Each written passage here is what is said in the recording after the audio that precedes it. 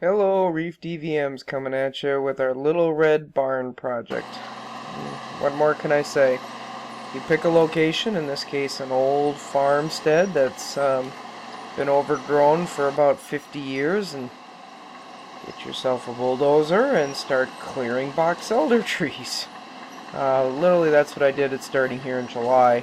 So this is a little bit overdue, this video, but I wanted to get enough footage so that we could show it. I had a great time with this Caterpillar. It's actually kind of fairly easy to run. Believe it or not, with that much horsepower, there isn't too much these, 6-inch to 1-foot box elder trees can put up with. They're anywhere between, probably 50 and 80 feet tall, but they're not real well rooted trees, and they're somewhat hollow inside because of the nature of their host with the box elder bug. So they come down fairly easily. Most of these trees are less than 50 years old because about 50 years ago there was a farmstead right here with a farmhouse right about where the Caterpillar was. There's an old wasnt building that we re-steeled, and that went very, very well. We were able to repair that and keep that. The original barn was taken down, and so was the house, for basically wood and supplies many, many years ago, and so was the old chicken coop and garage. Then it was basically somewhat abandoned and left to become a treed little grove, and what we're doing here is just opening it up, getting rid of the root balls, and trying to level it up for a future barn.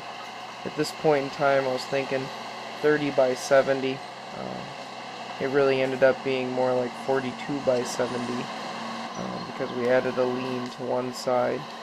At the present time, I don't have the barn quite done, or I'd show you that. I'm in the process right now of getting to the point of putting steel on it, so I'll show you that in a couple more episodes.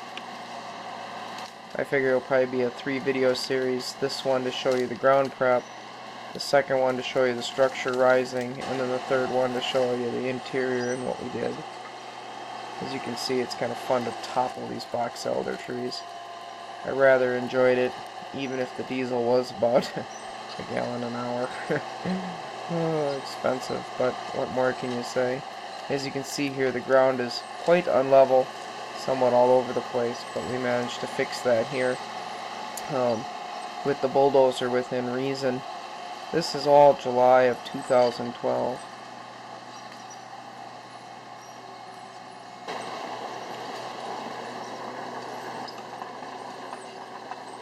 Ended up just kind of making a big ball of roots and trees all off to the side down in this kind of ditch area. You see the little red Quonset barn there in the background. That's the one that was built in 1954, we guess, from the photos, and we re-steeled it last year. Great little barn, just doesn't have a very big opening to it. About 30 by 50, that little Quonset. So here we are, we've got most of the pad made, most of the trees are cleared off. Now we're just going to take the grass off it so we don't have to deal with that. Try to level it the best we can without disturbing too much of the soil underneath. Basically just kind of getting rid of the topsoil so we can build the barn without having to worry about the soft dirt on top, and at that point then we'll be down into that nice harder clay loam for the build. You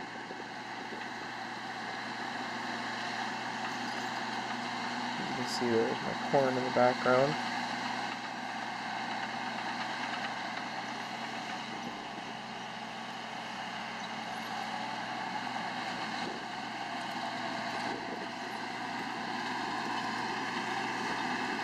Once we get this leveled, the next step for us was to get some wires dug for electrical to this barn.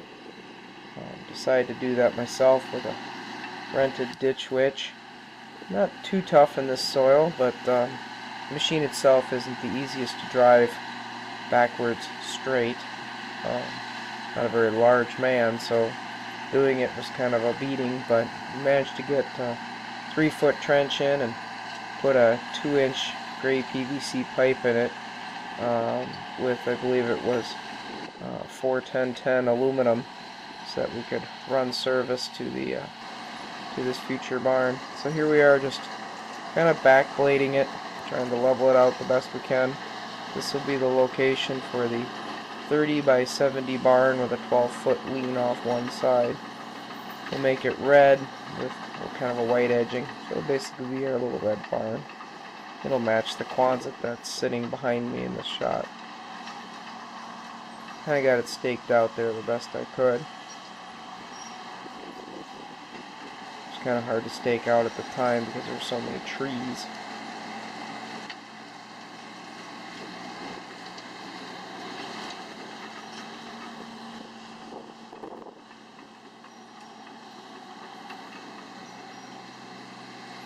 One of the things I wish we had done at this time was get the ground even more level than we did. It would have probably saved me a little bit more cost and effort in the gravel that we had to put down to make the pad more level.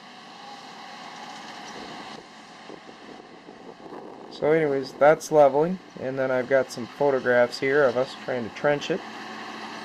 Again, we've got a utility pole with power, and we trenched all the way to the location that we wanted to put the barn, and this is about in September. So as you can see, the grass is growing back from where we did all our work. PVC pipe and trench from the post. I kind of wish it was a straighter line, but not everybody's as perfect at running a ditch witch as I was. Ha ha. So anyways, there's our wires sticking out of it, and we got a certified electrician to come and hook that up when the barn is actually up and built. And then here we are, this is October, got ourselves a rented skid steer with tracks and dumped about, I think it was about 40 tons worth of class 5 gravel over the top of the site. Kind of basically leveling it out. Didn't do the best job of leveling it as we probably should, because from front to back we've got over a foot drop, which as you see will become a problem later in the next episode. But at least right now we were able to get a nice pad made and have at least an area where we could build this barn. The barn I'm intending to build is a kit barn from Cleary Buildings. They're a Wisconsin company with offices throughout the area, and they can bring the barn on site and leave you the components. As you can see here, the gravel is all spread, and then you can build it yourself, or you can use their crew to build it entirely, or you can use their crew to build some of it and you build the rest of it. It's kind of interesting how the company works. They're pretty open to how you want to do it. So here we are, we've got all the gravel spread. You can see there by the little red PVC pipe sticking up, the electrical is there. Now it's just a matter of getting the kit barn delivered, and they certainly did that in a timely fashion after we paid them. So this is about October, and we had to come up then with the money to get the kit barn out on site, and that showed up about the first week of December. Here it is. It's a very early morning when the Cleary truck pulled in with all the supplies.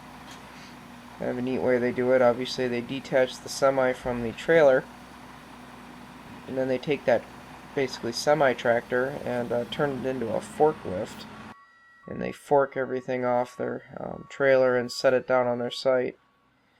So at this point in time I've got the rafters, I've got all the poles, I've got the purlings, I've got all the steel, I've got the door, the utility doors, I've got all the steel for the cupola. So pretty much everything that I think I need for this build all came in this kit. And Cleary was very good about giving me blueprints and schematics and helping me through with this. I'm going to have Cleary come out and actually help punch the holes so that I can put the posts in, because again it's December here in Minnesota, so the ground is pretty much already frozen at this point.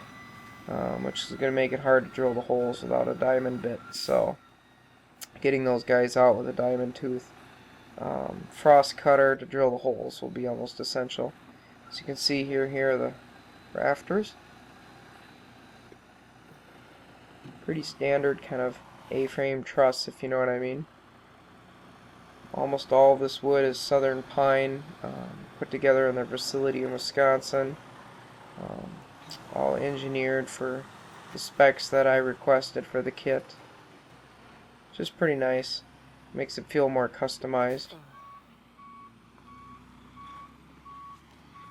You can see there are the supplies all along the ground there.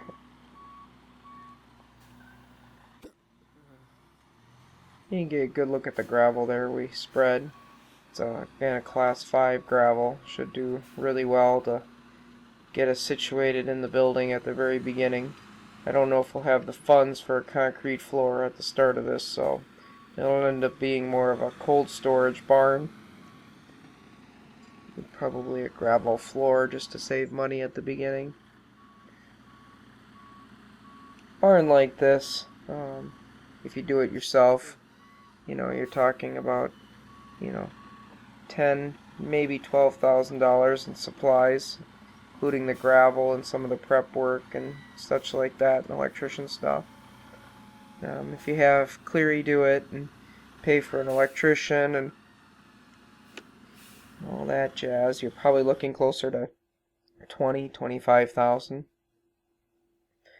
Those are the footing cookies there, and this is all the wood, and of course the doors there are stacked on top, and the green treated posts here on the end. And I particularly like the saddle version there, so they're all set to saddle the trusses. This is where I'll probably end here, the first of probably 3 videos on our Little Red Barn project. I hope you continue to watch. I should have the next video out, I would like, in about 2 weeks or less. And then hopefully by the end of maybe January or February I'll have the last video out. Again, thank you for watching, folks.